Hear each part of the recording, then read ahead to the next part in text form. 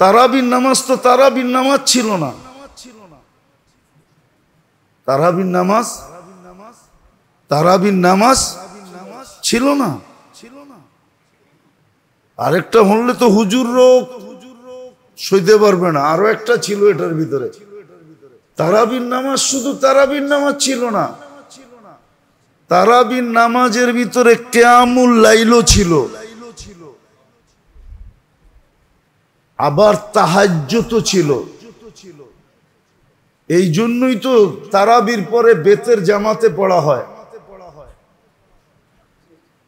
কেননা বুখারী শরীফে আছে ইজালু আখিরা সালাতুকুম বিতরা, তোমাদের শেষ নামাজ বেতেরকে বানাও। তারাবির ভিতরে তারাবি ছিল, কিয়ামুল লাইল 8 রাকাত ছিল, 12 রাকাত তাহাজ্জুদ ছিল।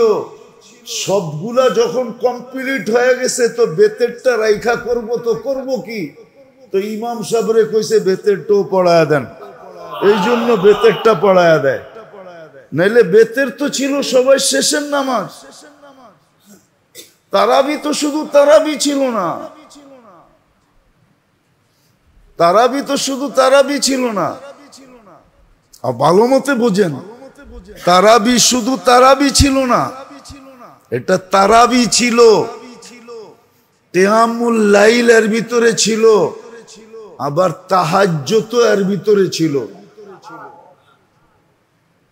এই জন্যই তো কয় সারা রাত্রের নামাজ যখন শেষ, তোর বেতেরটা রাইখা করমু কি, ওটা আপনার পিছে পড়া ফেলাই। এই জন্য ইমাম ওইটা পড়ায়া দেয়। এটার ভিতরে সব ছিল, এক রাত্রের সব ইবাদত ছিল। 1 মাস পড়তেন, 70 মাসের কি হয়ে যেত, তাহাজ্জুদ হয়ে যেত, 70 মাসের কিয়ামুল লাইল হয়ে যেত।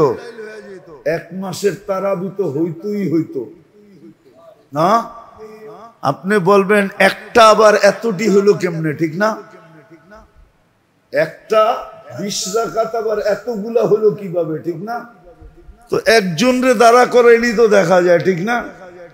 উনি বাবা, উনি শ্বশুর, উনি আবার ভাই, হ্যাঁ, উনি আবার জামাই, উনি আবার খালু, উনি আবার ফুফা, একজনই তো, ঠিক না? একজন এতটি হলো কেমনে, ঠিক না? কি একজন এতগুলা না? হ্যাঁ, আবার ছেলে, উনি ছেলে, উনি বাবা, হ্যাঁ, উনি শ্বশুর, উনি আবার কি জামাই, উনি আবার কি ফুফা, উনি আবার কি খালু, আরো বাড়ানো যাবে, উনি আবার দাদা, উনি আবার নানা। একজন এতটি হইলো কেমনে? অনেকে কইব 20 রাকাত আবার এতগুলো হইলো কেমনে? তুমি বোঝো না, এই জন্য বোঝো না, নাইলে একজনে এতগুলা হওয়ার সিস্টেম আছে। তো রমজান ছিল আমাদের জন্য মৌসুম দিছে, বিশেষ করে গরিবদের জন্য এটা মৌসুম ছিল, গরিবদের জন্য। আমি তো মনে করি ওই হাদিস যে গরিবরা এসে আল্লাহ রসুলের কাছে কাঁদতেছে আর বলতেছে, ইয়া রাসূলুল্লাহ সাবাকা বিনা আহলুদ দাসুর, পয়সাওয়ালারা আগে চলে গেল। তো বলছে কিভাবে? তো দেখাইলো যে দান খয়রাত সবকিছু করেই তো দেখি ওরা আগে, জেহাদের ঘোড়া দরকার ওরা আগে, টাকা দরকার ওরা আগে, সামান দরকার ওরা আগে, আমরা তো গরিব পিছে রয়ে গেলাম। আল্লাহর রাসূল ওদেরকে শিখায়া দিয়েছিলেন যে এটা নামাজের পরে কইরো, সুবহানাল্লাহ 33 বার, আলহামদুলিল্লাহ 33 বার, আল্লাহু আকবার 34 বার। চুপে চুপে বলছেন, কিন্তু কথা কি আর চুপায়া থাকে, ছুপায়া থাকে? কেননা দেওয়ালের কান তো ওই জমানায় ছিল, আজকেও আছে, ঠিক না? 1 কান 2 কান বড় লোকে জেনা ফেলছে, ওরাও পড়া শুরু করছে। আয়েশা বলতেছি, ইয়া রাসূলুল্লাহ দিলেন আমা করে, এখন তো বড় লোকও পড়ে। চাইছিলাম ওদের থেকে আগে যেতে টোটকা দিয়া, কিন্তু পারলাম তো না, ওরাও তো শুরু করে দিছে। কেননা ওই যুগের বড় লোক তো বড় লোক ছিল, ঠিক না? হ্যাঁ হ্যাঁ, এই যুগের বড় লোক কি বড় লোক নাকি? হ্যাঁ, বড় লোকরা তো আবার রাগ হয়ে যাব, ঠিক না? হ্যাঁ, এই যুগে বড় লোকদের চেয়ে বেশি, কারণ শব্দটা তো বলা যাবে না, মিডিয়ার মাধ্যমে চলে যাবে। হ্যাঁ, বড় লোকদের চেয়ে বেশি খাই খাই তো কারো নাই, আছে নাকি? অগৈত হয় না, ঠিক না? অগৈত আর হইব কর্তিকা, কারো 5,000 কোটি লোন, কারো 20,000 কোটি লোন, তো হয় কর্তিকা। হ্যাঁ, দুনিয়া না ওদেরকে বলতেছে বড় লোক, আসলে টোকাইলে তো দেখা যাবে সব পরেরটা দিয়া, ঠিক না? হ্যাঁ, সাধু বলে দামি জুতা পরে আইছে মুরিদের বাড়ি। আচ্ছা, পীরই মনে করেন মুরিদের বাড়ি আইছে দামি জুতা পরা, কিন্তু মুরিদের বাড়িতে কিচ্ছু নাই। তো মুরিদ বসাইছে, বাজারে নিয়ে জুতা বেচে আনছে, বেচা তারপরে বাজার করে আনছে, খুব খাওয়াইছে লওয়াইছে, আর খাওয়াইতেছে আর বলতেছে সব আপনার চরণের বদৌলতে। সেটাই দেয়, এটাই কি চরণের বদৌলতে। তো যখন সর্বশেষ এখন বিদায়ের পালা, ওই সময় যা বাইচা ছিল ওইটা মুঠ করে হাদিও দিয়া দিছে। এখন পিসাব বলতেছে, বাবা আমার জুতা। শুরুর থেকে কি বললাম,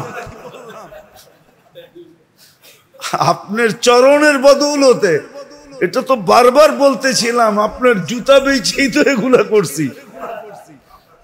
হ্যাঁ, তো যাদেরকে আমরা ধনী বলি ওরা তো চরণের বদৌলতে, ঠিক না? কি বলেন? হ্যাঁ, তো যেটা বুঝাইতেছিলাম মেরে দোস্ত, মেরে ভাইও, মেরে আজিজো, রমজান তো আমার মনে হয় গরিবের জন্যই ছিল। তোফা, তোফা ছিল, তোফা, তোফা ছিল গরিবদের জন্য। বলেন ধনীদের জন্য ছিল না? হ্যাঁ, ধনীদের জন্য ছিল, যদি সে কাজে লাগাইতে পারত, কিন্তু লাগায় তো নাই। ওই যে গত জুমা আমি বললাম না, সিন্ডিকেট হওয়া দরকার ছিল মহল্লায়, সিন্ডিকেট হয়েছে কোথায়? সিন্ডিকেট হয়েছে তেলের বাজারে, তেল শর্ট, তেল নাই, শর্ট। কি শর্ট? এটাই মনে হয় কোরআনে বলছিল, তামাত্তাউ, খায়া যা, দুনিয়াতে কত খাবি, খায়া যা, ওমা লাহু ফিল আখিরাতি মিন নাসিব। ভাবতেছে হুজুররা ধাক্কা জান্নাতে পাঠায় দিবে, এত সহজ, এত সহজ। Hisham ibn Marwan, Hisham ibn Umar ibn Abdul Aziz রহমতুল্লাহ আলাইহি সমুন্দি, ওমর ইবনে আব্দুল আজিজ রহমতুল্লাহ আলাইহি সমুন্দি। হিশাম যখন মারা যায়, হিশাম শুনানের জন্য বলতেছি, হিশাম যে বুঝার জন্য, হিশাম যখন মারা যায় তো লাশ যখন কবরের পাশে নিয়ে আসছে, তো কাপড়ের উপর দিয়া দেখা যাইতেছিল ভিতরে লড়তেছে। তো ছেলেরা চিৎকার দিয়া বলছে যে আব্বা তো মারা যায় নাই। বলতেছিল ফুফা আব্বা মারা যায় নাই। তো বলতেছিল বেটা মারা গেছে, আজ্জালা লাহুল উকুবা, শাস্তি আগেই চলে আসছে। কেননা আমি শুধু তোমার বাপেকে দেখতেছি না, আরো 3 ভাইকে দেখছি। মৃত্যুর পরে সবার চেহারা পশ্চিম দিক থেকে ফিরে গেছে। হিশামকে চিনেন? জানি ছিল না, জিনা করে নাই, শরাব পান করতেন না, ডেলি তাহাজ্জুদের ভিতরে 10 পারা কোরআন শরীফ পড়তেন, ডেলি, ডেলি তাহাজ্জুদে 10 পারা পড়তেন, ডেলি তাহাজ্জুদে। উঠান ইতিহাস দেখেন, হিশাম ইবনে মারওয়ান ডেলি তাহাজ্জুদে 10 পারা পড়তেন, 3 দিনে 1 খতম। জিনা না, শরাব না, বেদিনী না। বলে দোষ কি ছিল? বলে রাজত্ব টিকায় রাখার জন্য শুধু জুলুম ছিল, জুলুম, শুধু জুলুম। যারা নিজেদের ঈদ করার জন্য চাঁদা উঠায়, এখন চাঁদা উঠায় না, রিক্সাওয়ালার থেকে, অটোওয়ালার থেকে, রেডিওয়ালার থেকে, সবজিওয়ালার থেকে। এটা কিয়ামত, মরার পরে যখন বড় হয়ে তোমার সামনে আসবা তখন বুঝবা চাঁদা কারে কয়। এটার নামই জুলুম। হিশাম ইবনে মারওয়ান ডেলি রাত্রে 10 পারা পড়তো তাহাজ্জুদে, 10 পারা, 12 রাকাতে 10 পারা পড়তো। আপনি চিনেন না হিশাম ইবনে মারওয়ান কাকে বলে? খলিফায়ে বনু উমাইয়া, চিনেন না? শুধু জুলুমের কারণে যারা সিন্ডিকেট করছে বাজারের ভিতরে। সিন্ডিকেট হওয়ার দরকার ছিল মহল্লায়, সিন্ডিকেট হওয়ার দরকার ছিল বাড়িতে। বাড়িওয়ালায় বাড়াটিয়াদেরকে বলতো চলবে না, রমজানে কোনো পাক শাক আমার বাড়িতে চলবে না, সব আমার এখান থেকে সাপ্লাই হবে, কেন আমার জাহান্নাম থেকে বাঁচা দরকার। তো সিন্ডিকেট এইখানে হয়তো কোনো বাড়াটিয়া বলতো আপনি একটা করবেন কেন, আমাকেও যোগ করে নেন, এটার নামই তো সিন্ডিকেট, ঠিক না? সিন্ডিকেট তো মহল্লায় হইতো, বাজারে হইতো কেন? বাজারে হইতো কেন? জায়গা উপরে সবসময় আঙ্গুল উঠান আছে আমাদের সমাজের কিছু লোক, আমি চিনি, রাগ হয়েন না। একবার মনে হয় বলছিলাম উমরায় দেখছি বয়ে রয়েছে দস্তরখানে, অন্যের দস্তরখানে, নাম কইলে সবাই চিনবেন, সবগুলার নাম কইলেও সারা বাংলাদেশ চিনবে, অথচ অন্যজনের দস্তরখানে বয়ে রয়েছে। আবার ও দেয় নাই ঠিকই আছে, ভাইবা কে হাজার হাজার কোটি টাকা থাকলে কি একটাও তো আমার না, পরের জ্যাবেরতে লয় না কোটিপতি আমি, ঠিক না? এইটা এমন জায়গায় ব্যয় করে লাভ তো হইব না, ঠিক না? তাহলে আমি ফকির ফকিরই থাকি, পরের দস্তরখানে বসি, এটাই ভালো, এটাই এটাই ভালো। নাহলে পরের দস্তরখান, ইচ্ছা করলে তো সুপার মার্কেট কিনা লাগায় দিতে পারে, আপনারাও বলবেন সুপার মার্কেট কিনা লাগায় দিতে পারে। অথচ দুবাই আলারা দেখেন কয় % কমায় দিছে, পেপার পড়েন না, মিডিয়া দেখেন না, কয় %? সব সুপার মার্কেট ওরা কমায় দিছে, মূল্য কমায় দিছে।